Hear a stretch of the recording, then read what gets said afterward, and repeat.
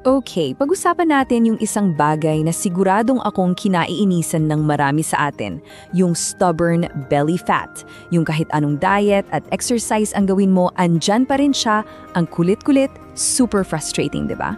So, feeling mong ginagawa mo ng lahat tama? Nagda-diet ka, nag-exercise ka, pero yung bilbil mo parang super glue, ayaw bumitaw. Well, hindi ka nag-iisa. At alam mo ba, may scientific explanation pala kung bakit ganyan. So here's the secret, ito yung game changer.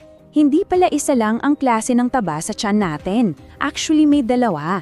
At yung pagkakaiba nila, well, yun ang lahat. Okay, let's start with the first one, subcutaneous fat.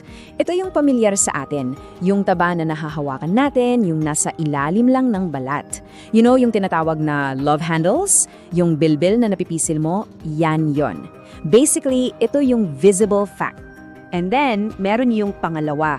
At ito guys, ito yung mas delikado, ang visceral fat. Ito yung tinatawag na hidden fat. Bakit hidden? Kasi hindi mo to makikita sa salamin at hindi mo to mapipisil. Kasi malalim to, nakapulupot, nakayakap sa mga internal organs natin.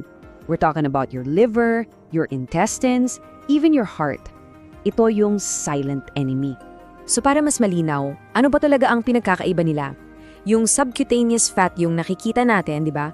Mostly, cosmetic concern lang yan. It affects how we look. Pero yung visceral fat, yun yung totoong threat.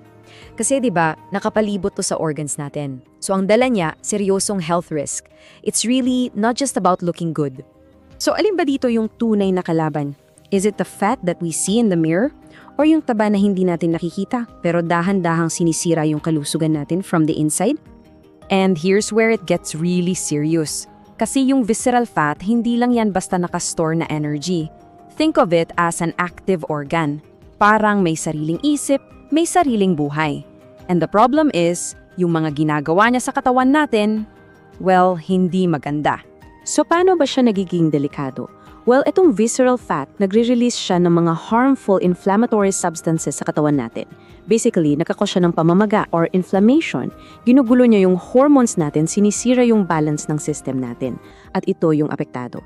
It increases your risk for serious stuff like type 2 diabetes, heart disease at marami pang iba. Scary, di ba? Okay, so now for the million-dollar question. Lalo na sa ating mga Pinoy na kanin is life, di ba? So, are carbs like our beloved white rice the main villain here? Sila ba talaga ang dapat sisihin?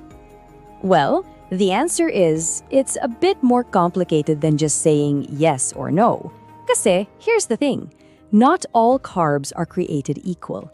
Ang totoong sikreto, it's not about completely removing rice or bread from your diet. It's all about kwalidad and kantidad. The quality of the carbs you eat, at syempre, yung dami. So let me give you a simple guide. For example, instead of white rice and white bread, why not try brown rice or whole grains? Tapos yung mga matatamis na inumin at processed snacks, palitan natin ng gulay at prutas. You can also go for other good stuff like kamote and oats. These are small, simple swaps, but I promise the impact on your health is huge. Kaya, the next time you think about losing weight, I want you to remember this. Yung laban sa belly fat, it's so much more than just looking good in your clothes. This is a fight for your internal health. Laban to para sa kalusugan ng puso mo, ng atay mo, a fight for a longer, healthier life. And of course, super important reminder guys, lahat ng pinag-usapan natin dito ay for educational purposes lang ha. For any personal, medical, or dietary advice yung talagang para sa'yo, please always talk to your doctor or a registered nutritionist dietitian. Sila ang experts. So now that you know the science, now that mas kilala mo na kung sino yung tunay na kalaban, I have a question for you.